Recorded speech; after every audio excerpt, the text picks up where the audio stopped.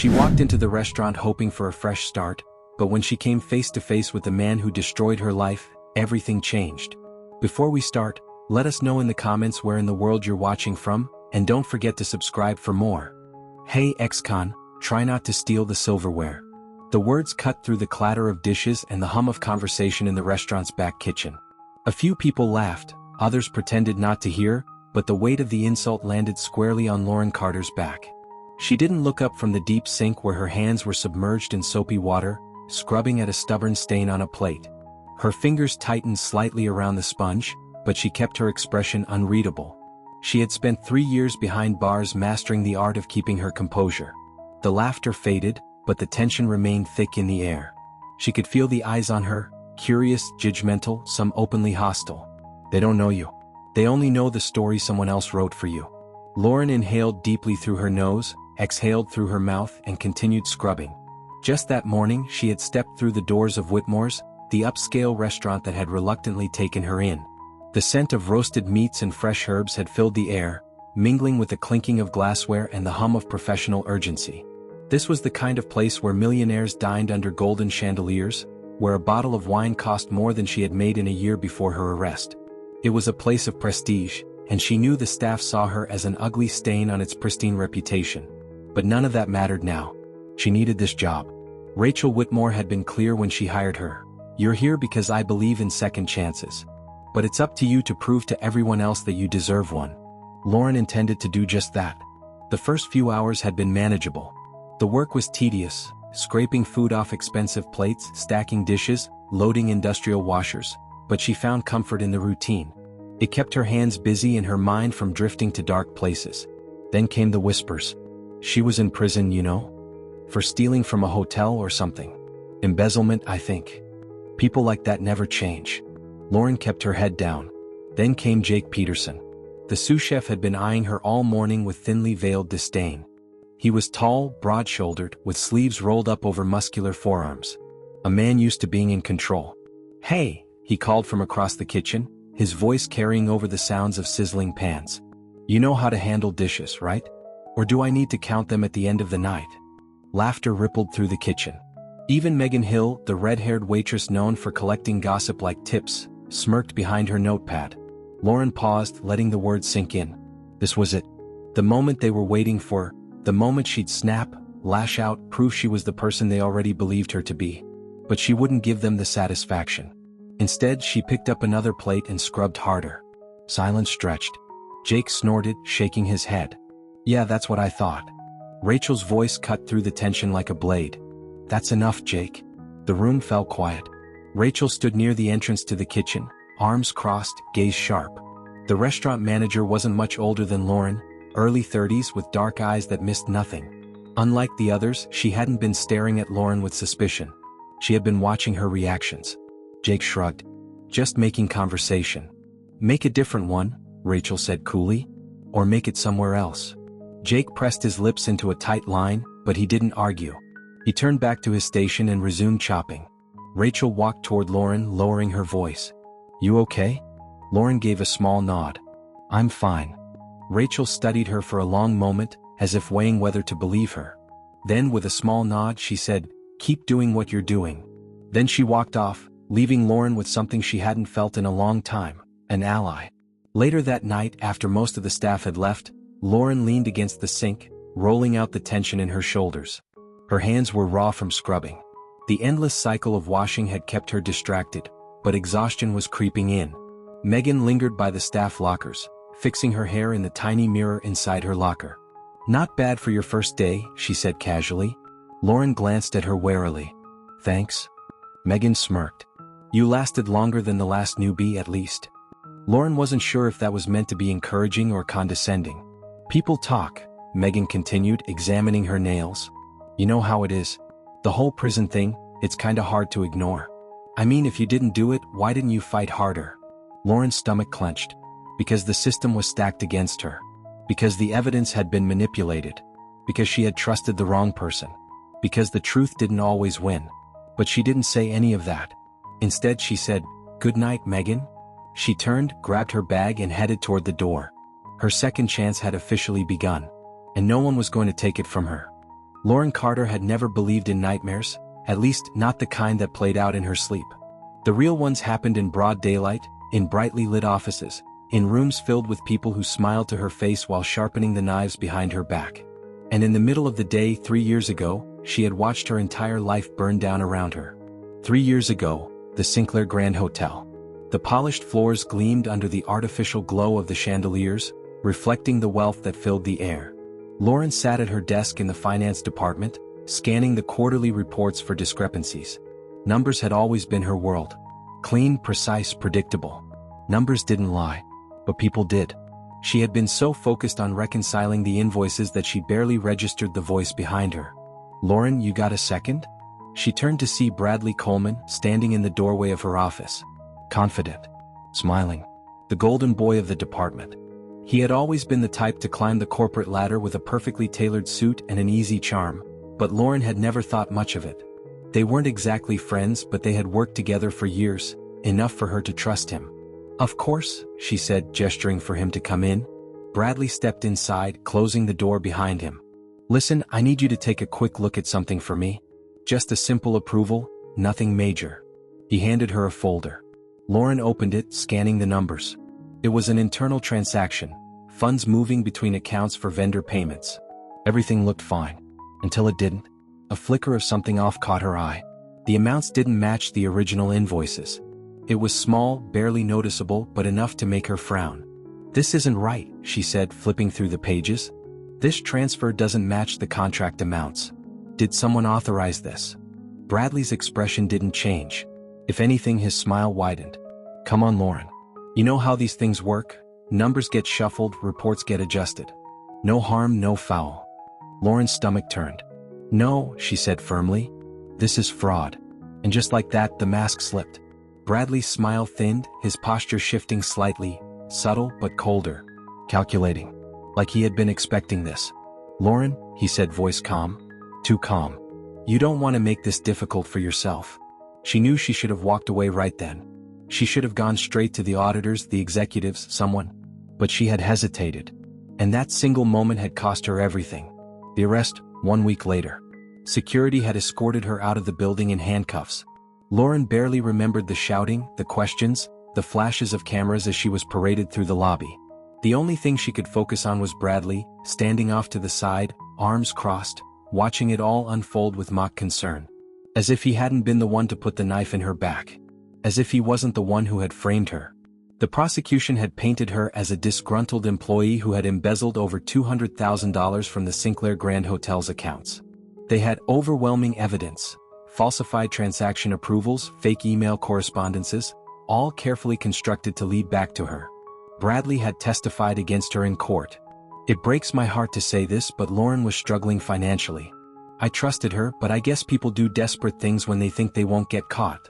The jury had eaten it up. And just like that, her life was over. Present day, Whitmore's kitchen. Lauren snapped out of the memory, blinking back the past. The sound of the kitchen around her, the hiss of the stoves, the clinking of plates, grounded her back in reality. Focus. She wasn't in a courtroom anymore. She wasn't in prison. She was here. Surviving. She grabbed another stack of dishes and shoved them into the industrial washer, taking deep breaths. The past was dead. She refused to let it haunt her. She had work to do. A few hours later, Rachel Whitmore called her into the office.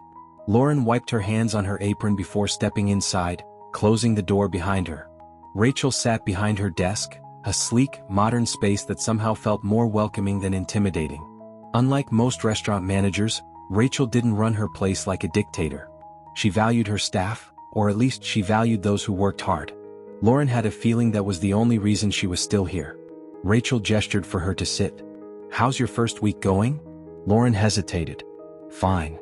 Rachel raised an eyebrow, clearly unimpressed. "Fine," Lauren repeated, "considering half the staff thinks I'm going to rob the place blind." Rachel sighed, rubbing her temples. "Yeah, I expected that. It'll pass." Lauren scoffed. "Will it?" Rachel leaned forward. "It will if you keep proving them wrong. And trust me, that's easier than you think." Lauren didn't respond. Rachel took a deep breath, switching topics. "Listen, I called you in because we have a big business meeting happening in the private dining room this weekend. High-profile clients. I need everyone on their A game. Lauren nodded. I'm going to need extra hands in the kitchen that night, Rachel continued. It'll be fast-paced and you'll need to be sharp. Stay close to the chefs in case they need something last minute. Got it? Lauren said. Rachel hesitated, then added, and keep your ears open. The people in that meeting? They're corporate executives. You never know what you might hear. Lauren frowned, confused. You think I should eavesdrop? Rachel smirked. I think you should be observant. Lauren studied her carefully. Rachel knew. Maybe not everything. Maybe not the full truth. But she knew Lauren had been burned by people like the ones coming in for that meeting. And for the first time since walking into Whitmore's, Lauren wondered if Rachel was giving her more than just a second chance. Maybe, just maybe, she was giving her an opportunity. Lauren Carter was used to being tested. Prison had taught her that no matter how much you tried to keep your head down, someone was always watching, always waiting for you to crack. And now at Whitmore's nothing had changed. It had started with the small things. Dirty dishes mysteriously piling up in her station, twice as many as usual. Someone forgetting to restock the soap, forcing her to waste time searching for it. A tray of silverware knocked onto the floor when she wasn't looking. She had expected this. She had known the moment Rachel hired her that not everyone would be willing to give her a second chance. That didn't make it any easier. By mid-shift, the kitchen was running like a storm waiting to break. Jake Peterson, the sous chef, had been on edge since the moment Lauren had walked in. She didn't know if it was just her past or if he had some personal grudge, but whatever it was, he made it clear. She wasn't welcome here. Lauren, Jake barked, pointing at a stack of filthy plates by the sink. I thought you were keeping up with dishes? Lauren blinked at the pile. It hadn't been there a minute ago. I am keeping up, she said, turning to face him. Yeah. Doesn't look like it, he shot back. Lauren took a slow breath. Stay calm. Don't give him a reason to push harder. She grabbed a plate and started scrubbing, refusing to rise to the bait. Jake scoffed and turned away, muttering something under his breath that she didn't quite catch. But she didn't need to. The message was clear. She would never be good enough for them. The clash came near the end of the shift. Lauren was stacking clean dishes when she heard Jake explode from the other side of the kitchen. Rachel, what the hell were you thinking hiring her? The entire room froze. Rachel, standing near the pass, slowly turned toward him. Excuse me? You know exactly what I mean, Jake snapped, wiping his hands on his apron. We run a high-end place here and you brought in a... He stopped short, but everyone knew what he was about to say. Lauren. The felon. Rachel crossed her arms. I hired her because she's a damn hard worker. And if you were half as focused on running the kitchen as you are on other people's pasts, maybe we wouldn't be behind on orders tonight. Jake's jaw tightened. Lauren stared down at the sink, her face burning. She didn't need Rachel fighting her battles. She just needed to do her job. Rachel wasn't finished. I don't care where she came from, she said, her voice sharp as a knife. She's here now. And if you have a problem with that, you can take it up with me. Silence. Jake turned back to his station, gritting his teeth. Lauren didn't look up. She just kept scrubbing the dishes, but this time she was gripping the sponge a little tighter. By the time the dinner rush finally ended, Lauren was the last one left in the kitchen. She didn't mind. Cleaning in silence was better than dealing with the constant stares and whispers. She was halfway through wiping down the sinks when she heard voices drifting in from the front of the house. 2 waiters. Laughing. Did you see Jake today? Thought he was gonna blow a vein when Rachel shut him down. Yeah, but can you blame him? I wouldn't want to work next to someone like her either. Lauren froze. You mean the hotel thief? The second waiter asked, his voice dripping with amusement. Yup. Wonder if she's gonna try something here. Probably just biding her time. They laughed. Lauren gripped the edge of the counter, her nails digging into the surface. She should have been used to this by now. She was used to this. But something about hearing it out loud, hearing them talk about her like she wasn't even human, made her chest tighten with something close to rage. For 3 years she had swallowed every insult, every accusation, every betrayal. And even now, on the outside, they still saw her as nothing more than a criminal. Lauren closed her eyes. Breathe. She exhaled, forcing her hands to unclench. She had worked too damn hard to let people like them break her now. Instead of storming into the dining room, instead of letting them see how badly their words cut, she turned back to the sink. She picked up the rag and kept cleaning. They wouldn't see her break. Not now. Not ever. The restaurant was buzzing with energy. The private dining room had been prepped all afternoon. Polished glasses, perfectly aligned silverware, the scent of aged wine and roasted meat hanging in the air. Lauren didn't care about any of it. Her focus was on the stack of fresh towels in her arms, a simple task that kept her grounded. She had spent the past week proving she belonged at Whitmore's, drowning out the whispers and the glares by throwing herself into her work. She wouldn't give them a reason to doubt her. As she walked toward the private dining area, she could hear Rachel's voice giving final instructions to the servers. "We need everything flawless tonight. These are high-level executives, impressions matter." Lauren had no intention of messing this up. She pushed open the side door and stepped into the room. And then, everything stopped. Lauren's entire body went cold. Sitting at the table, leaning back in his chair with the same arrogant smirk she remembered, was Bradley Coleman. For a split second, her brain refused to accept what she was seeing. Bradley. Here. The man who had framed her. The man who had stood in court and lied while she watched her life burn. It had been 3 years since she had last seen him. He hadn't changed much. The expensive suit, the confident posture, the face of a man who had never suffered consequences. She couldn't move. Her breath hitched, hands gripping the towels so tightly that her knuckles turned white. Bradley laughed at something one of the executives said, oblivious to her presence. Then he turned. Their eyes met. For a heartbeat he didn't recognize her. She saw it in the slight tilt of his head, the flicker of confusion. But then, his face paled. His smirk vanished. Lauren saw his throat bob as he swallowed, a moment of hesitation flashing across his face before he forced himself back into his composed facade. But she saw it. For the first time since that courtroom, Bradley Coleman looked afraid. Lauren's heartbeat thundered in her ears. She knew she should leave. Walk out. Keep quiet. She had spent years trying to escape her past, trying to be more than the woman they labeled her as. But then, Bradley opened his mouth. At the end of the day, success comes down to integrity, he was saying smoothly. Building trust is everything. It's what separates great leadership from the rest. Lauren's stomach twisted. Her hands shook from the sheer force of holding back the words she wanted to scream. Integrity? Trust? He stole 3 years of her life. And now he was sitting here lecturing about honesty? She couldn't do it. She wouldn't stay silent. Before she could stop herself, she stepped forward. The words left her lips, low but sharp like a knife through glass. Funny hearing you talk about honesty, Bradley. The room fell silent. A dozen heads turned toward her. Bradley's jaw tensed. Lauren took another step closer, her voice steadier now, sharper. Have you told them how you got that corner office? The silence stretched. Bradley didn't move. For a moment, he looked like he was trying to figure out his next move, calculating how much damage control he needed. And that's when Lauren knew she had already won. Because for the first time, he wasn't in control. She was. For a long, stretched moment, no one spoke. The private dining room, once filled with polite conversation and the clinking of silverware, was dead silent. Lauren could feel every pair of eyes locked on her. Executives, waiters, investors, the kitchen staff peeking in from the doorway. At the center of it all sat Bradley Coleman. He blinked. Then too quickly he forced out a laugh, light, dismissive, fake. Lauren, wow, what a surprise. He leaned back in his chair, flashing that same practiced smirk he always wore in business meetings. Didn't expect to run into you here. Lauren's hands shook with rage. He was pretending.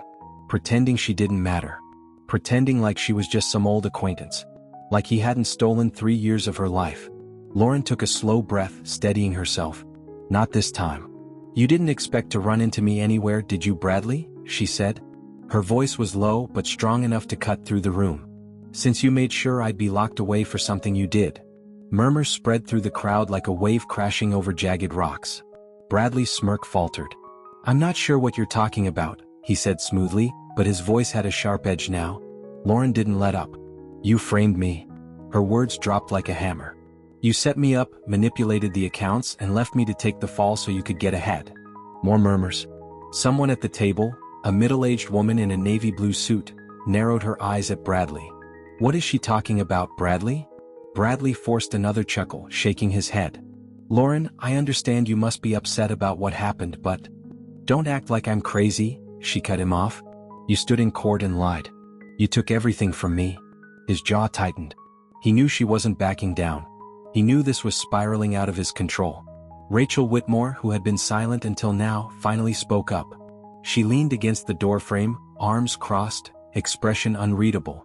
Bradley, she said, calm and composed, are these accusations true? Bradley's head snapped toward her. Rachel, this is absurd, he scoffed.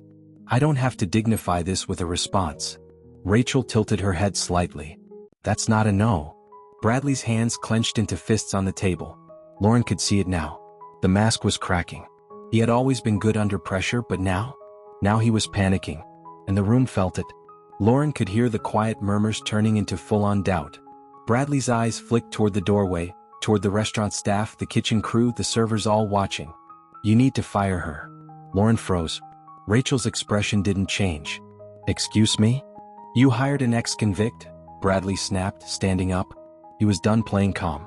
She clearly hasn't changed. She's causing a scene in the middle of a major business meeting. If you don't fire her right now, Rachel, it's going to cost you. A thick silence filled the room. Lauren's heart pounded in her chest. This was it. The moment where history repeated itself. Where someone with power crushed her beneath their heel. Rachel stared at Bradley for a long moment. Then she said, "No." Bradley blinked. Lauren wasn't sure she had heard correctly. Rachel stepped forward. "I'm not firing her," she said, her voice like steel. "In fact, I think we should hear what she has to say." Bradley lost it.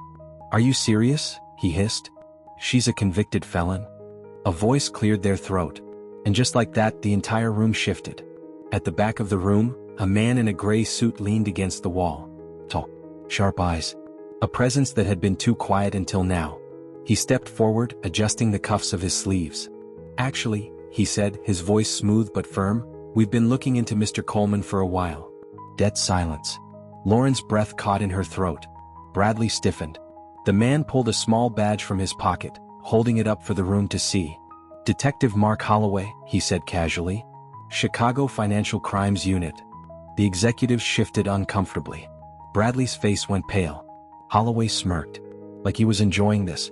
"And I'd like to hear more about what Miss Carter has to say." The tension in the room was thick enough to choke on. Lauren barely processed what was happening. One second, Bradley was demanding her head on a platter. The next, a detective was backing her up. Bradley opened his mouth, then shut it again. Panic flickered in his eyes. Holloway took another step forward. "We've been following some rather interesting financial irregularities tied to Mr. Coleman's previous employment," he continued. "But we didn't have a first-hand witness." He turned toward Lauren. "Until now." A low murmur spread through the room, but Lauren barely heard it. Her heart was racing. For 3 years she had dreamed of this moment. Of someone, anyone, believing her. She looked at Bradley again. For the first time he wasn't in control. For the first time he wasn't the one calling the shots. For the first time he looked at her with fear. Lauren's hands clenched at her sides. She had spent so long swallowing her words. Not anymore. She met the detective's gaze. And then she spoke. Lauren sat stiffly in the chair across from Detective Mark Holloway, the weight of the moment pressing down on her like an anvil. Rachel Whitmore sat beside her, arms crossed, her expression unreadable but supportive. The detective's office was nothing like she had imagined. It was smaller than expected, cluttered but efficient.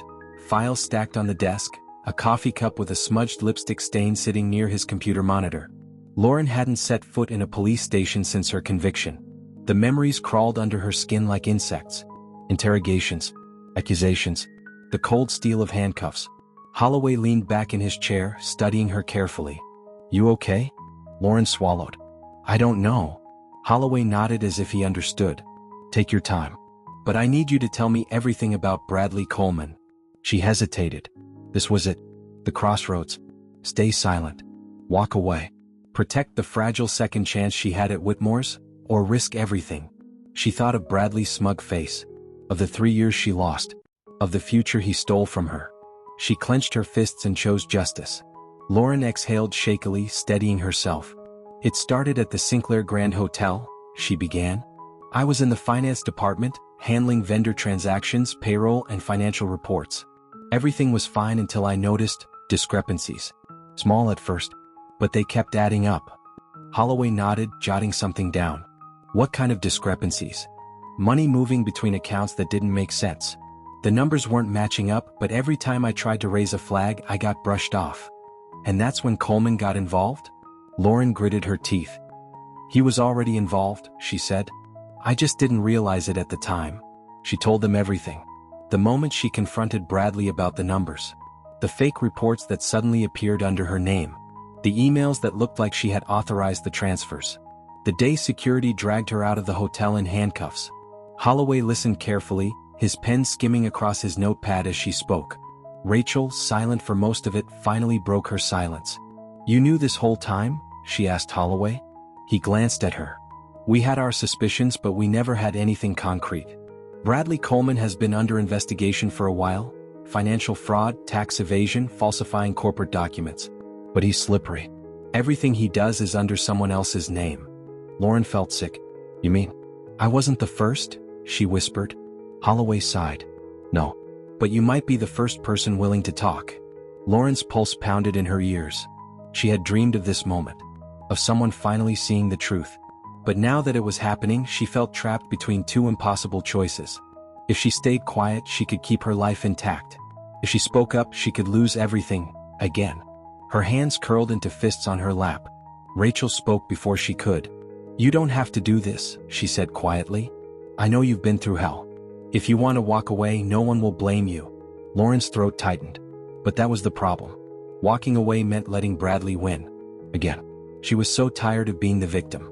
She looked up at Holloway. "What do you need from me?" she asked. The detective's smile was grim. "Your testimony." She nodded. "Then let's do this." The air in Whitmore's felt different. For the first time since she had started working here, the whispers had changed. People still talked about her, but now it wasn't just mistrust and suspicion. There was something else mixed in, hesitation. And for some guilt. Lauren felt it every time she walked past the waitstaff, the kitchen crew, the dish pit. Some, like Jake Peterson, still refused to meet her eyes. Others, like Megan Hill, had started avoiding her altogether. Probably because they didn't know how to apologize for the things they had said behind her back. She didn't need an apology. She just needed them to see her for what she really was. Not a thief. Not a criminal. Not a liar. Just a woman trying to rebuild what had been taken from her. That morning, as Lauren scrubbed down the dish station, Megan hesitated by the counter. Lauren pretended not to notice. Megan shifted on her feet, cleared her throat. "Hey." Lauren looked up. Megan offered a weak smile. "So, yeah. I heard about what happened with Coleman." Lauren wiped her hands on a towel and waited. Megan swallowed hard. She sighed, crossing her arms. "I shouldn't have listened to all the rumors. I know I didn't make things any easier for you, and I guess I just wanted to say, I'm sorry." Lauren studied her for a long moment. Then she gave a small nod. "Thanks. It wasn't much. It wasn't forgiveness. But it was a start. And that was enough." The afternoon rush had just begun when the front doors swung open. Lauren was in the kitchen, rinsing off a cutting board, when she heard Rachel's sharp voice from the front. "Excuse me, but you can't just walk in here." Lauren didn't think much of it at first. Whitmore's was the kind of place that didn't tolerate unannounced visitors. But then she heard a voice that sent ice through her veins. "I need to speak with Lauren Carter." "Bradley." Lauren froze. The kitchen fell silent. She turned slowly, heart hammering, and saw him. Bradley Coleman stood just outside the kitchen entrance, his usual confidence fraying at the edges. Rachel was already in front of him, arms crossed, blocking his way. "You need to leave," she said coldly. "Now." Bradley ignored her. His eyes locked onto Lauren. "This is between me and her," he said. Lauren took a slow, steady breath. Then she stepped forward. "No more fear. No more running." She met his stare and said, "Your intimidation worked last time, but not anymore. You can't erase the truth." Bradley's jaw tightened. "You don't know what you're doing," he said, voice low. "You're ruining your own life." Lauren laughed bitterly. "You already did that for me," she shot back. The kitchen crew stood frozen, watching every second unfold. Jake, who had never stood up for her before, moved closer, just enough to make it clear that if Bradley tried anything, he wouldn't be alone. For the first time, Lauren saw something flicker in Bradley's eyes. He had never expected this. He had come here thinking she was still the same woman he destroyed 3 years ago. But she wasn't. And he wasn't in control anymore. Then, a new voice cut through the air. "Mr. Coleman." Everyone turned. Detective Holloway stood in the doorway, holding a manila folder in his hand. Lauren saw Bradley's entire body stiffen. Holloway walked forward, his movements calm, controlled. "Funny running into you here," he said. "I was actually looking for you." Bradley's expression sharpened. "You have no right." Holloway held up the folder. "Actually," he interrupted smoothly, "I do." Then, with deliberate calm, he tossed the folder onto a nearby counter. Lauren flinched at the sight of the papers spilling out, because she knew what they were. Evidence. financial statements, false transactions, a trail of lies that finally led back to Bradley. Holloway smirked. "You might want to sit down, Coleman," he said, "because I think you're going to find this interesting." Bradley didn't move. Lauren could see the calculation in his eyes, the wheels turning. But this time, there was no escape. The next morning, the restaurant was unusually quiet. Lauren could feel it the moment she walked into the back kitchen. Conversations were hushed. The usual banter between cooks and waitstaff had been replaced with murmurs, not about her this time but about something bigger. And then she saw it. The TV mounted above the bar tuned into the morning news. A photo of Bradley Coleman filled the screen, his once confident face now looking grim as he was led into a police car, hands cuffed behind his back. Lauren's breath caught in her throat. She had known this was coming. Detective Holloway had told her the night before that charges were being filed. But seeing it happen? That was different. That was real. "Jesus Christ," someone muttered. Jake Peterson, who had spent weeks doubting her, stood near the kitchen pass, staring at the screen like he couldn't believe his eyes. Megan Hill's mouth was slightly open, her usual confidence shaken. The news anchor's voice carried through the room. Bradley Coleman, a former financial executive, was arrested late last night on charges of fraud, tax evasion, and obstruction of justice. The arrest follows an ongoing investigation into his role in manipulating corporate accounts to frame a former colleague for crimes she did not commit. Authorities state that new witness testimony was the final piece of evidence needed to move forward with the case. Lauren exhaled. That witness testimony? That was her. She tore her gaze away from the screen, suddenly aware of how many people were looking at her now. Only this time, the looks were different. Not suspicion, not disdain, but understanding. Jake rubbed the back of his neck. He looked like he wanted to say something but couldn't find the words. Finally, after an awkward pause, he mumbled, "Guess I was wrong about you." It wasn't an apology, but it was close enough. Lauren nodded, accepting it. The weight of years of doubt and shame lifted slightly. Later that afternoon, Rachel called her into the office. Lauren hesitated before stepping inside, unsure of what to expect. Rachel stood behind her desk, arms crossed. She gestured for Lauren to sit. For a long moment, neither of them spoke. Then Rachel let out a breath. "You did it," she said. Lauren swallowed. "I didn't do it alone." Rachel studied her carefully. "Maybe not. But you stood your ground. You could have kept your head down, walked away, but you didn't." Lauren didn't know what to say to that. She had spent so long thinking she had no power, just a woman trying to survive, trying not to drown under the weight of the past. And now, for the first time in years, she had taken her life back. Rachel walked around the desk and leaned against it. "You deserve more than just washing dishes, Lauren," she said. "You deserve to lead." Lauren blinked. "What?" Rachel smiled. "I want to promote you. Supervisor position. You've more than earned it." Lauren's stomach flipped. A promotion? After everything? She had spent so long being told she was nothing more than a criminal. Now here was Rachel telling her she was something more. Lauren's voice came out shaky. "Are you sure?" Rachel gave a short laugh. "Lauren, I've never been more sure of anything in my life." As Lauren left the office, something inside her felt lighter. She had come to Whitmore's expecting nothing more than a second chance at survival. Instead, she had found justice. She had found respect. And for the first time in years, she had found a future worth fighting for. Lauren Carter had spent so long being seen as the outsider, the woman with a past that followed her like a shadow. But today, as she walked through Whitmore's kitchen, her kitchen, things felt different. People greeted her.